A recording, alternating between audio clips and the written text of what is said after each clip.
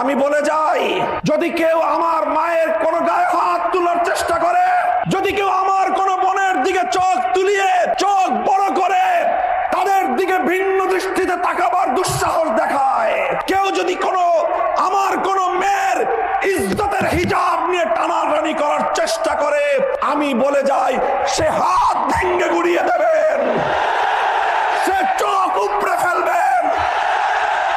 মায়ের ইজ্জত রক্ষা করার জন্য, বোনের ইজ্জত রক্ষা করার জন্য আমি বলি আমি কোন আইন মানব না, আমি বিদ্রোহ করব।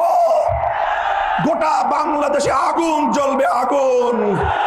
বাংলাদেশের মানুষ আধিপত্যবাদী ব্রিটিশ বেনিয়া এবং পশ্চিম পাকিস্তানি খান পাঠানদের 200 বছরের বৈষম্য, জুলুম এবং লাঞ্ছনার বিরুদ্ধে মুক্তিযুদ্ধের মধ্য দিয়ে দেশকে স্বাধীন করার পর তারা আশা করেছিল এ দেশীয় শাসকরা মানুষকে তাদের সম্মান, মর্যাদার অধিকারটুকু দিবে।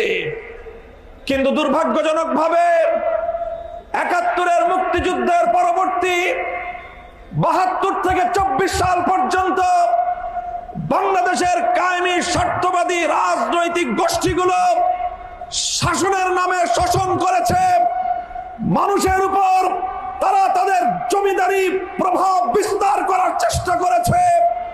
তারা বাংলার মানুষের অধিকার খর্ব করে, ক্ষুণ্ণ করে বাংলাদেশে গুন্ডামি আর সন্ত্রাসের রাজনীতি বাস্তবায়ন করেছে।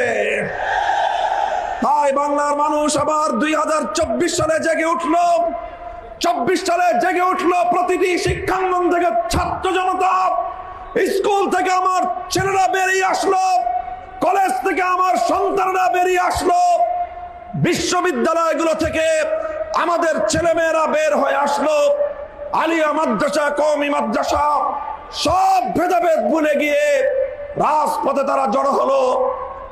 আমার তরুণ ছাত্র জনতা তিতুমিরের লাঠিয়াল হয়ে বাংলার রাজপথে আবার তারা জমিদারি প্রথার বিরুদ্ধে, রাজাগিরি, বাবুগিরির বিরুদ্ধে তারা বিদ্রোহ ঘোষণা করলো।